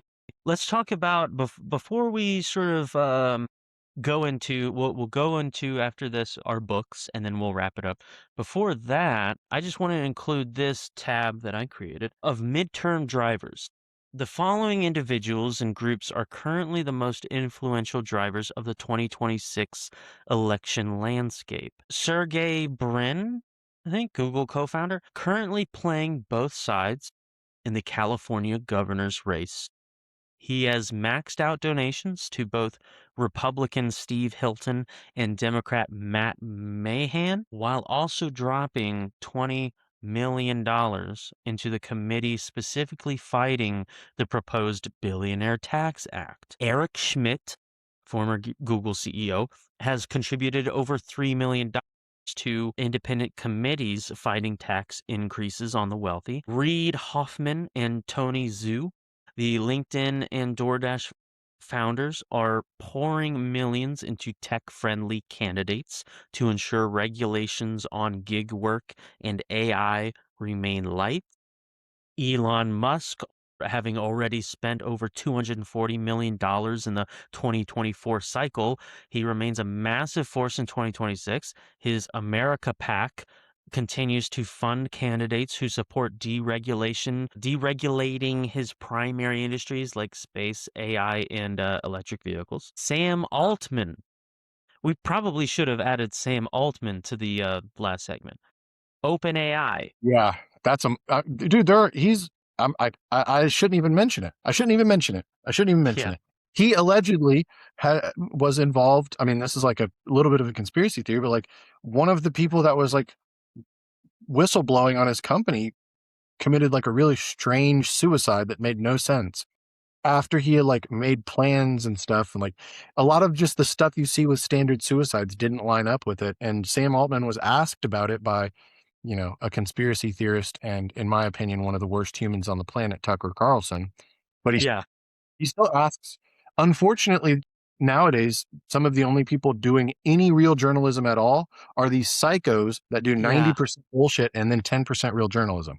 So, like the 10% of real journalism that Tucker Carlson participated in was asking Sam Altman about this guy committing suicide. And Sam Altman's answer was, in my opinion, as a 36-year-old man that has seen a lot of lying motherfuckers, that has seen a lot of nefarious, scary motherfuckers try to get away with nasty shit, is that he was lying his ass off. It's scary shit. Yeah. Sam Altman also, they spent what, a few $1 billion of public money of our tax dollars investing into AI, and it had absolutely zero impact on our economy. It had absolutely net zero impact on our jobs, potentially yeah, negative yeah, impact on our jobs. He's also saying that he wants to treat intelligence like a fucking meter, that you can purchase intelligence from OpenAI like water. So how much intelligence did you purchase? And we charge you by the whatever, by the gig or whatever it is.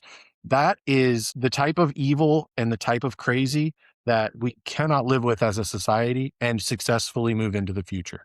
They can be as futuristic minded as they want. They can be futurists.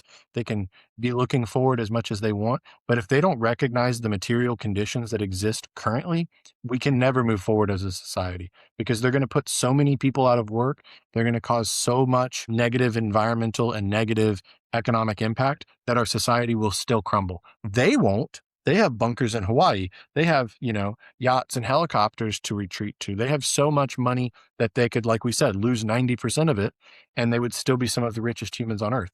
So we are fighting an uphill battle here against truly evil people, but If we don't, no one will. Exactly. So his co-founded company, Altman's company, Tools for Humanity, recently dropped $5 million into the pro-Trump MAGA Inc. super PAC to influence future AI policy. Phil Knight from Nike, Oregon's richest man, dropped a record $1 million single day donation for Republican Chris Dudley for his gubernatorial bid. The crypto lobby of Fair Shake PAC currently sitting Fair shake. on over Fair $140 this. shake. You fucking evil fucking cunts. You Yeah, fucking evil cunts. You sneaky cunts. Fair shake. Fuck you all. Fuck you this all with group, pineapples. funded by billionaires like the Winklevoss twins and Ben Horowitz, is aggressively attacking candidates who support stricter crypto regulations, recently spending $5.2 million on a single ad buy to oppose a Senate candidate in Illinois. We could do a whole episode on cryptocurrency, honestly. That shit is crazy. No. It's good to have untraceable, Unregulated. Yeah. unregulated. Oh, Well, I mean, but it's not like people are scamming people constantly with crypto coins or anything, yeah. is it? It's not It's like not people like people or are using cryptocurrency to buy things off the black market and cause terrorism across the world using or to resources circumvent bought by current. an unregulated form of currency. Yeah. It's not like the Trump family has enriched themselves to the tunes of billions of Yeah, dollars with the yeah. crypto scheme. While That he would be was that would be president, crazy. And dude, yeah, why do we care that all these people are putting money into these campaigns and money into these like legislative ideas? It's not like you can just purchase victories, you can't yeah, just yeah. purchase a victory in our country. It's not like the people that So spend the most win the most. this is a good question, Josh. This is how they use this to serve themselves. Um, they in states like California, billionaires are spending millions on independent committees, which have no donation limits, to kill tax proposals before they even reach the ballot by funding the primary campaigns of their own regulators. Industry titans in AI and crypto ensure that any new laws are written by the industry for the industry. By funding multiple candidates in the same race, billionaires ensure that no matter who wins, the victor is financially beholden to them. Thank goodness. I almost thought we lived in a corrupt system. The ultimate tool for staying in power is the super PAC, because these groups can raise unlimited money and run their own ads. Billionaires can flood your TV and social media with attack ads that never mention the donor's name. They frame their interests as protecting jobs or stopping socialism, when in reality, the spending is a surgical strike to protect a specific tax loophole or a private government contract. By the time you get to the voting booth, the choice has often already been narrowed down to two candidates who both rely on the same small circle of checks. Thank goodness. Yeah, Makes the choice easier. I don't like makes having a it lot of easier. options. I like making easy choices. Yeah. And But one guy's like, and I'm gonna kill you, and the other guy's like, I'm gonna kill you, but he's got like a rainbow I emoji next to it. I would so much rather just have these choices taken for me. Hold We on a are second. living in Hold a on a second. My enemy's here. He's gonna attack my cat. I have a cat that lives under my house, and this cat comes over and bothers my cat. yeah. Wow, what a dick. Yeah, I have to chase it off. Let's kind of go to a lighter note here. Let's talk about books. Books are important. Why are books so important, Josh? Books are important because books are not a conversation. Yes. We live in a society where instant feedback and instant gratification are not just things that people like, but they're things that people expect. So much so that some people can't even read books. If that's you, you're silly goosey and you should start because books books take you and your opinion out of the conversation and you just digest the opinion or beliefs or views of another. And that is an incredibly healthy thing to be able to do at all. Just to have the ability to do that is good, but Hmm. to do it regularly is also good. It is almost like a forced empathy where you are put into the mind of another person, whether you like it or not, whether you agree or disagree. There's no debate, there's no conversations. You read the book and you take in their ideas. Yeah. There's also an editorial process typically that does not exist on things like social media, or that, and honestly, the editorial process in our like formal media, like news agencies and things like that, is also Yeah. very, very broken and lacks the integrity that it once had. The editorial process for books, while it's not perfect, is so you're getting a fully one sided, for the most part, one sided view, or at least both sides from one perspective, at least. And you don't have the capacity to like alter the course. That view from the individual or the group that writes the book is also taken through an editorial process and digested with you in mind. The reader is the target audience, and oftentimes they are, because they're longer form to read, they're also longer form in how long it takes to make them.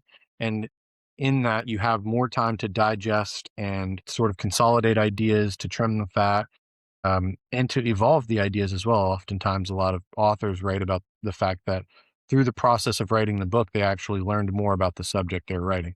Yeah. Books are a product of some of the main technological innovations that human beings have made throughout our species' history. Books are like the culmination of many of those advancements as a species. Books, in my opinion, are one of the only things that can save us. Yeah. It's why, if books were not important, they wouldn't go through all the trouble of banning them and of keeping them out of the hands of children. Yeah. And burning them. Yeah, I would like to stress also to read many things, because you can read a book or two and likely kind of just get absorbed into that one perspective. But if you read a lot, you will have the capacity to use what you've learned and what you've read throughout the years to be able to properly judge the book that you're reading next. If you read some bullshit from Tucker Carlson, if you had read enough, you could read that book and know how stupid that idiot is. right. And you're not harming your own your sort of own intellectual bubble that you're trying to cultivate. Exactly. Because in the manosphere episode we talk a little bit about some of these people, whether it's listening to them online or reading their book or whatever. I mean, I don't think a lot of those I guys was going to have say, not a books lot of out there, manosphere guys are book but guys. there is a lot of really toxic ideology that are out there in books, and some people read it and get sort of wrapped up into it. So it's important to see a variety. Yeah, think about it like this. Imagine you read 50 books on World War II, maybe 20 Yeah, books on World War I, and then 30 books on World War II, whatever. And then you read Mein Kampf. yeah, Now imagine you haven't read anything and you just read Mein Kampf. exactly. Yeah. That's the power of books. That's how powerful they are. Is that first scenario, you're going to read that and you're going to understand deeply, deeply, much more about the causes and the motivations of the Nazis in World War II. But because you have the perspective of those other books, you're obviously not going to like be sympathetic to it, because you wouldn't then be an ignorant moron. But if all you read, you saw like a couple movies and then you read Mein Kampf, your capacity to think critically and to see through the nonsense of what Hitler goes into in that book would be limited. And that's what books are large. It's like, that's how I view life, is that like I have an army of books that are backing the lens that I'm looking at life through is Hmm. made from all these books and from all these different authors' And perspectives. the more books you add to that, the stronger that becomes. You ever seen that Steve Irwin quote where he's like, "I was put on this earth to conserve wildlife and wilderness areas, and money, can't get enough of it. I love money. I don't give a rip whose money it is. And you know what I'm going to do with it? I'm going to buy land." I am as passionate about books as Steve Irwin was about saltwater crocodiles. Like, I truly view them, I view the medium as like our last true shield against being ignorant as a society. You cannot trust social media. You cannot trust the mainstream or the corporate media when it comes to like current events and news. You cannot trust the average American that received an education in this country because it is created through McCarthyism. You truly have to go out. You have to be a sort of an autodidact in life, and you have to seek the information out in long form from people who put their name on an idea and spent years, sometimes decades of their lives consolidating knowledge and then regurgitating it in a way that someone who didn't spend those years can digest it and learn from it and Yeah. move forward with it. I feel like there's like sort of two sides of this coin, which is sort of reading and experiencing life. And reading can allow you to absorb knowledge and perspectives and stories from all over without having the means to travel necessarily. But it's also just as equally important to get out there and experience things. And you mentioned That's travel. the Ironically, more Mark you read. Twain is the one that came up that has the quote or is credited with the quote of saying that travel is fatal to bigotry and ignorance.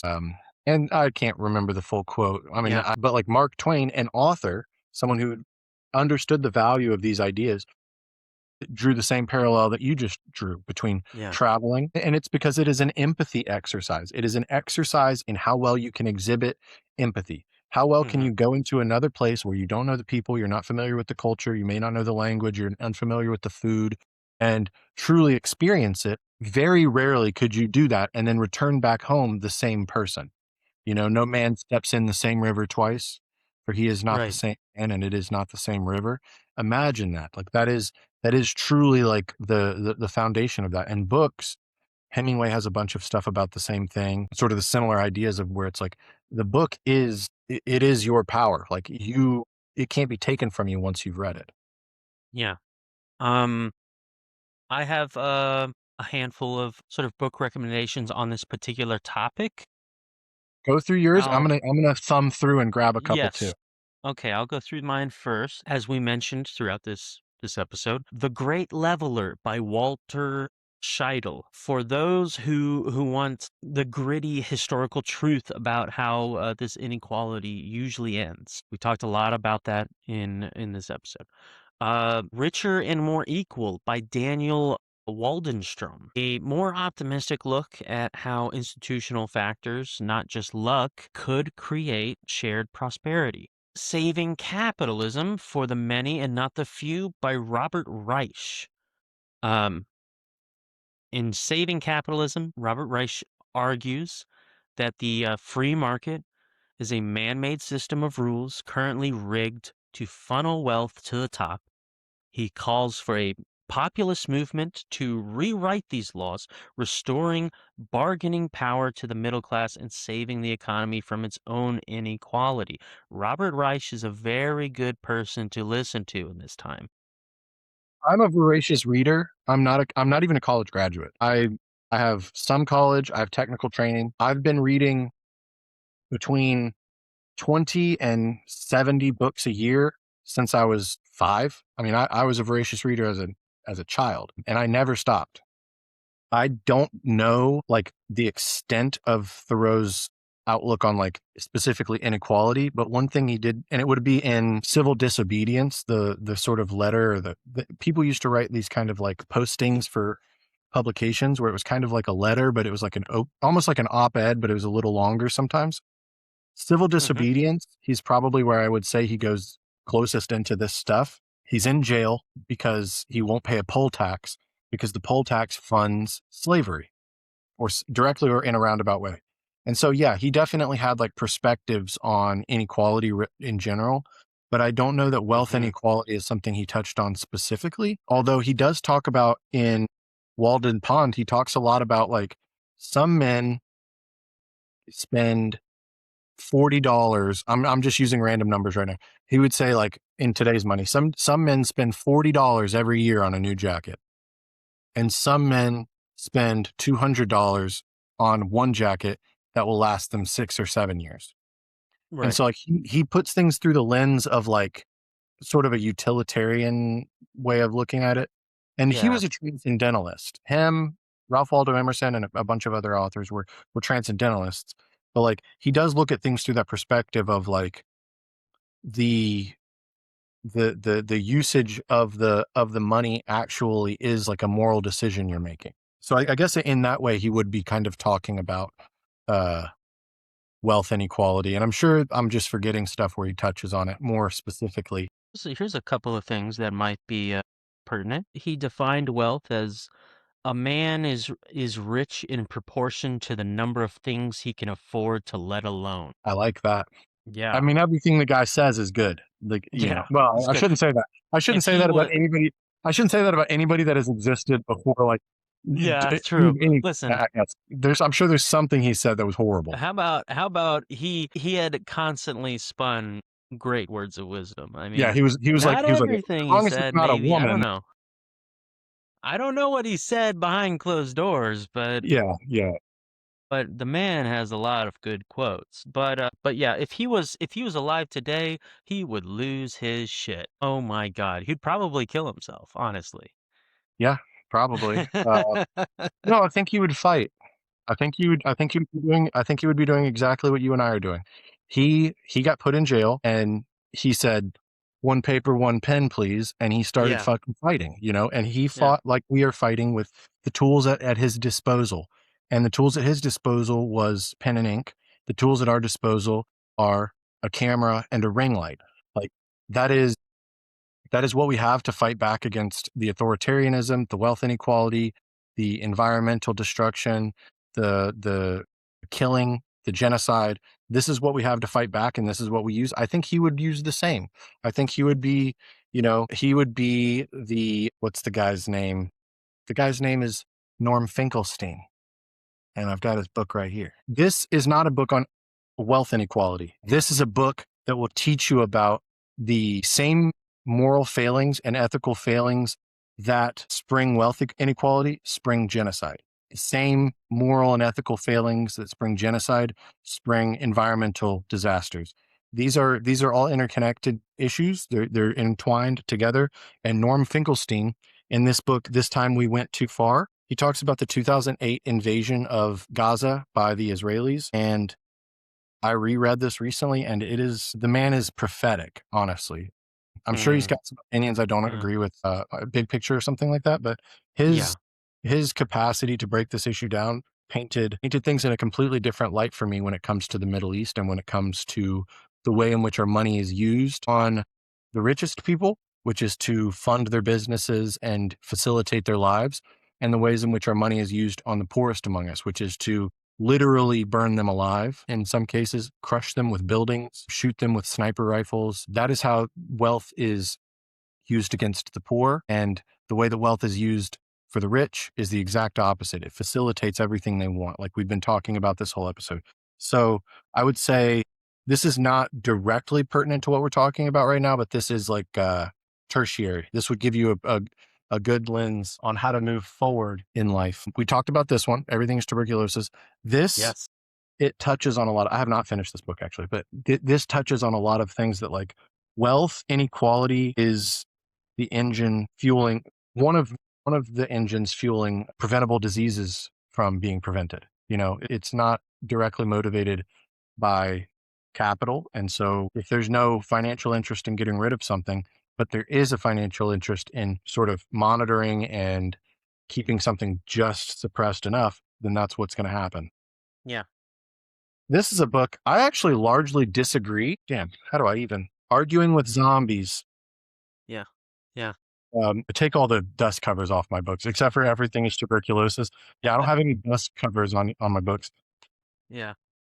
This is economics, politics, and the fight for a better future. Damn, that's bright. There we go. I could probably get it to where we can see it.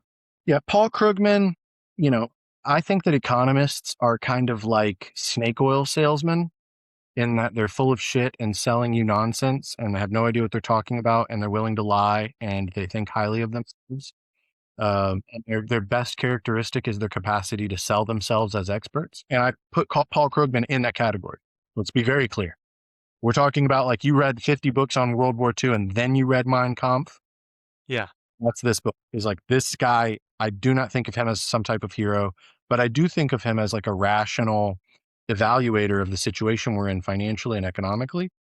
He Yeah. talks about politics in here as well, but it's kind of like a collection of essays that I think he wrote for New York Times, maybe, or some other industry.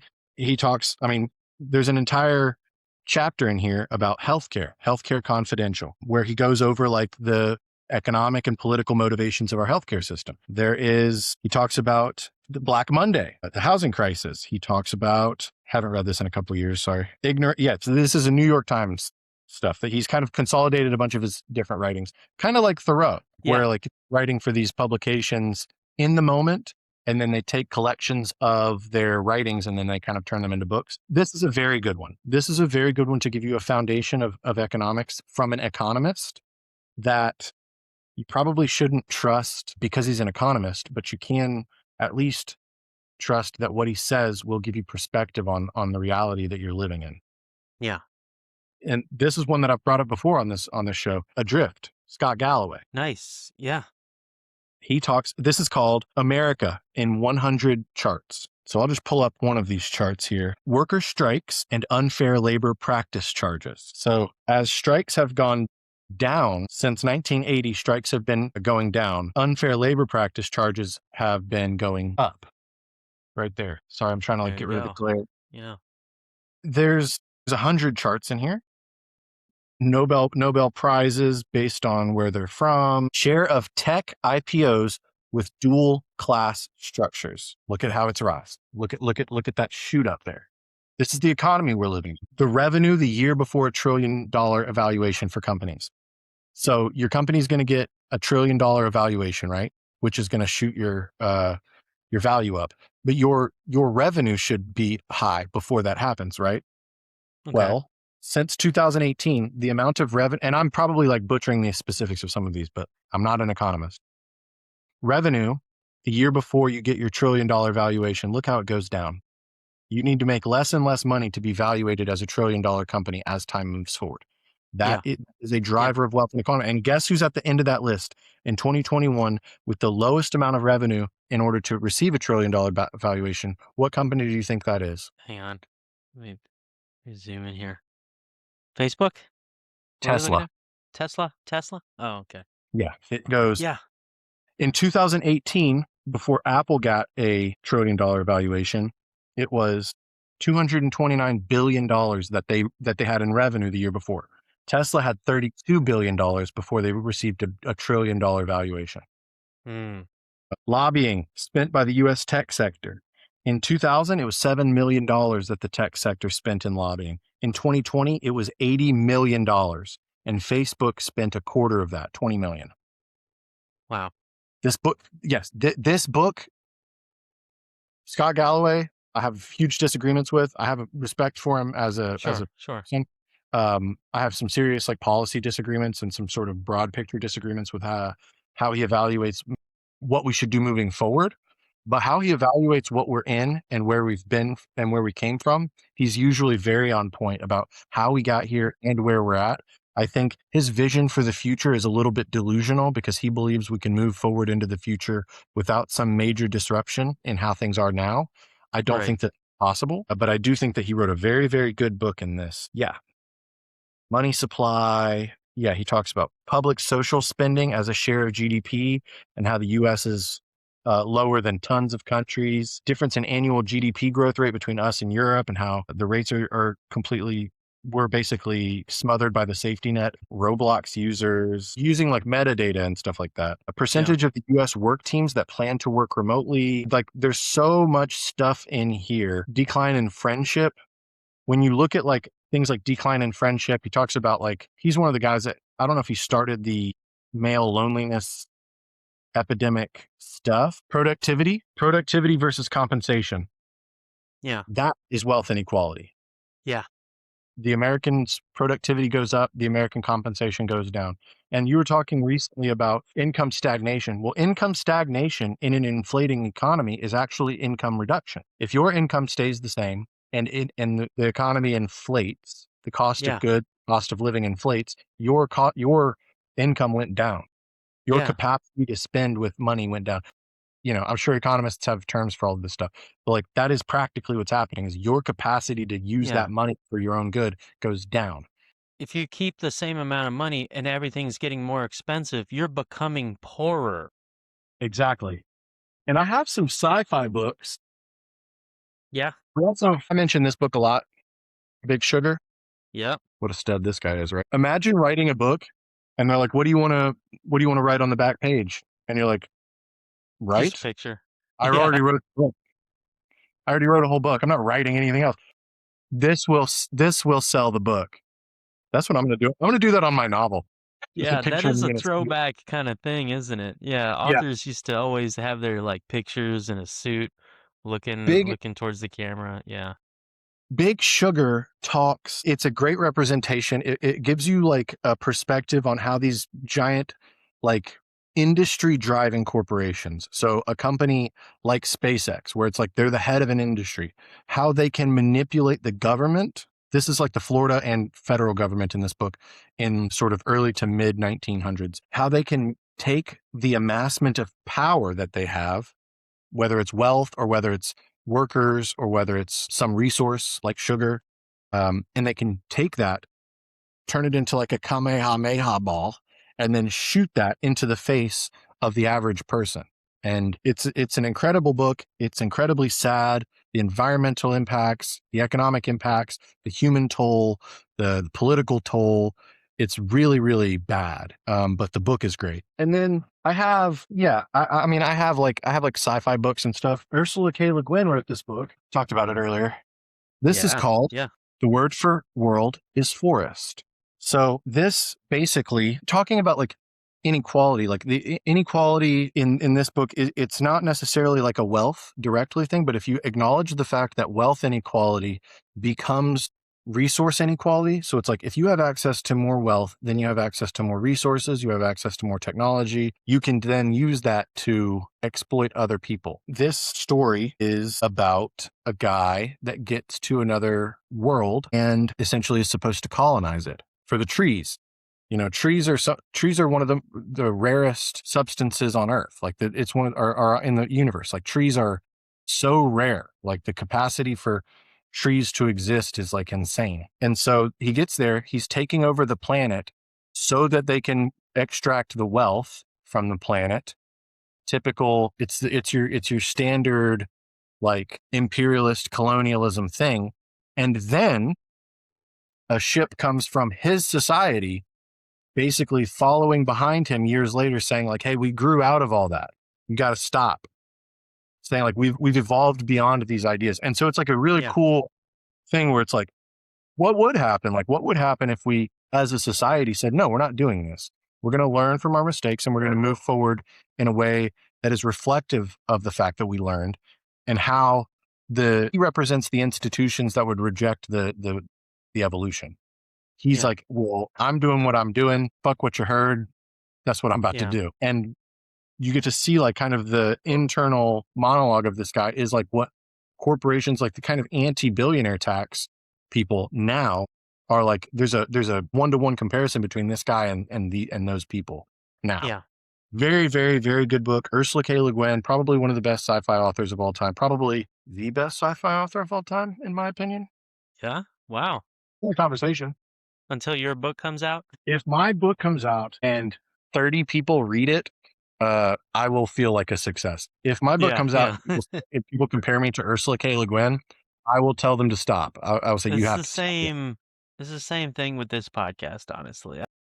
I feel like if any one person, listens to this and seeks gets any kind of value, we won. Yeah, I mean, like the seed planting is what's important in this. Is that we're trying to represent an ideology and a perspective that a normal person can identify with and move into the future as a more productive and cohesive member of society. If we do that enough, we'll have a better society for it. Yeah.